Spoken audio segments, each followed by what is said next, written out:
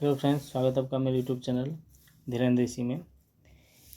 दोस्तों, इसमें फिर से हम ज्योग्राफी के टॉप 10 क्वेश्चंस को डिस्कस करेंगे और ये टॉप 10 क्वेश्चंस जो है कभी न कभी एग्जाम में आया हुआ है और इन सब को हम लोग देखते हैं।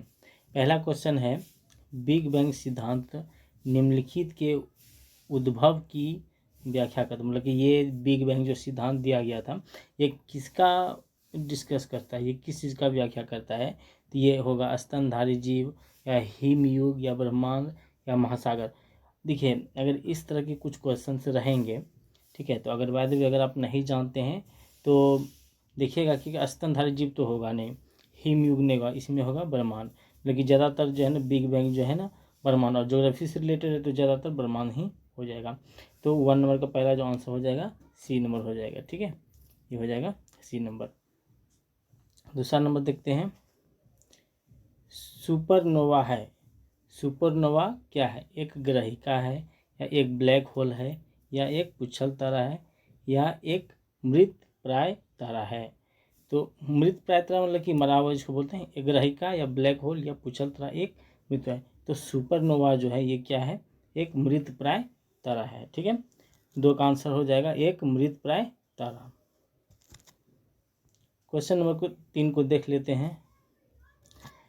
क्वेश्चन नंबर 3 है, आकाशगंगा जिसको मिल्की वे कहते हैं वर्गीकृत की गई है। किसमें वर्गीकृत किया गया? ए नंबर में है सर्पिलाकार गैलेक्सी के रूप में, बी नंबर में है विद्युत गैलेक्सी के रूप में, सी में है अनियमित गैलेक्सी के रूप में और डी में है गोलाकार गैलेक्सी के रूप में।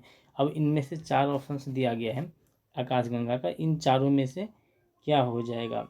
तो इसको एक सर्पिलाकार गैलेक्सी के रूप में जो है इसको वर्गीकृत किया गया है, इसको आकाशगंगा को, जिसको हम लोग मिल्की वे बोलते हैं, सर्पिलाकार गैलेक्सी के रूप में। क्वेश्चन नंबर 4 देखते हैं।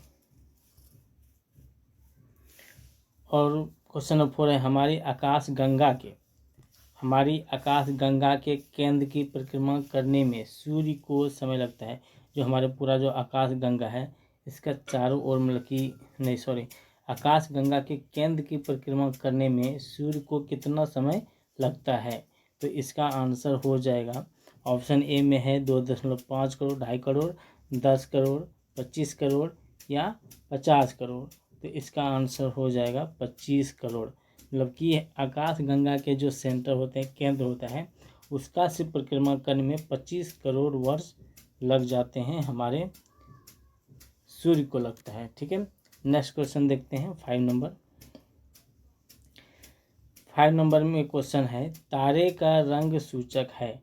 तारे का रंग सूचक है सूर्य से दूरी का, उसकी ज्योति का, उसकी पृथ्वी से दूरी का, उसके ताप का। ये IAS प्री 1994 में पूछा गया है।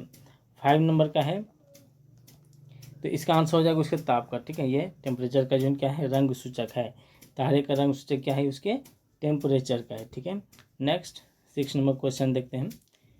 6 नंबर में है, वह सीमा जिसके बाहर तारे आंतरिक मृत्यु से ग्रसित होते हैं कहलाती है। वह सीमा जिसके बाहर तारे आंतरिक मृत्यु से ग्रसित होते हैं कहलाते हैं। तो 6 नंबर का आंसर हो जाएगा ए हो जाएगा चंद्रशेखर सीमा। ठीक है, इसका क्या आंसर हो जाएगा? चंद्रशेखर सीमा। चंद्रशेखर सीमा के अगर क्या है जिसके बाहर चले जाते हैं तो वो क्या होता है? आंतरिक मृत्यु से ग्रसित होते हैं, मतलब वो मृत तारा कहलाते हैं। ठीक है, क्वेश्चन नंबर 7 देख लेते हैं। 7 में है, ब्लैक होल की जानकारी सर्वप्रथम दी थी। मतलब ब्लैक होल था, ब्लैक होल जो है उसकी जानकारी सबसे पहले किसने दिया? हरमान बांडी ने, मेघनाथ शाह ने, एस चंद्रशेखर ने या JV नार्लिकर ने। तो इसका जो आंसर हो जाएगा 7 नंबर का, उसका हो जाएगा सी, एस चंद्रशेखर। ठीक है, सी आंसर हो जाएगा। नेक्स्ट है क्वेश्चन नंबर 8, महाविस्फोट सिद्धांत संबंधित है। महाविस्फोट सिद्धांत ये किससे संबंधित है? ए में है महाद्वीपीय विस्थापन से, बी में है ब्रह्मांड की उत्पत्ति से, सी में है हिमालय की उत्पत्ति से और डी में है ज्वालामुखियों के विस्फोट से। ठीक है, तो इसका हो जाएगा ब्रह्मांड की उत्पत्ति से। 8 का आंसर हो जाएगा बी, ब्रह्मांड की उत्पत्ति से। अब देखिए, महाविस्फोट सिद्धांत संबंधी मतलब इसमें ज्वालामुखी नहीं दे दीजिएगा, क्योंकि बहुत लोगों को लगता है कि ये जो ज्वालामुखी विस्फोट होते हैं निकलते हैं तो वहाँ से हम लोग जो है ना ज्वालामुखी में दे दें, तो उसमें नहीं देना है। ठीक है, इसका नेक्स्ट क्वेश्चन आ जाएगा, तारों के कारण घटित आकाशीय परिघटना कौन है?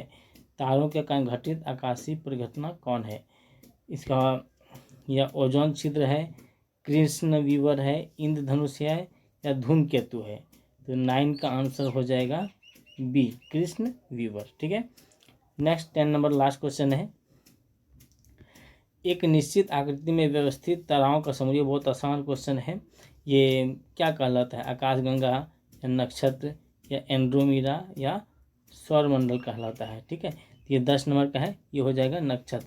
इसके तारों का समूह भी बुलाया जाता है, सॉरी तारों का समूह नहीं, नक्षत्र जो है इसका आंसर हो जाएगा। ठीक है, तो ये 10 क्वेश्चन था और इसी तरह से 10-10 क्वेश्चन को हम लोग डेली प्रैक्टिस करेंगे। इसमें चैनल में लगभग आपको जो है 10-10 क्वेश्चन मिलेंगे, इसको आप कहीं भी देख सकते हैं आराम से और इजीली आपको जो है ना याद हो जाएगा। तो मिलते हैं अगले वीडियो में। जय हिंद।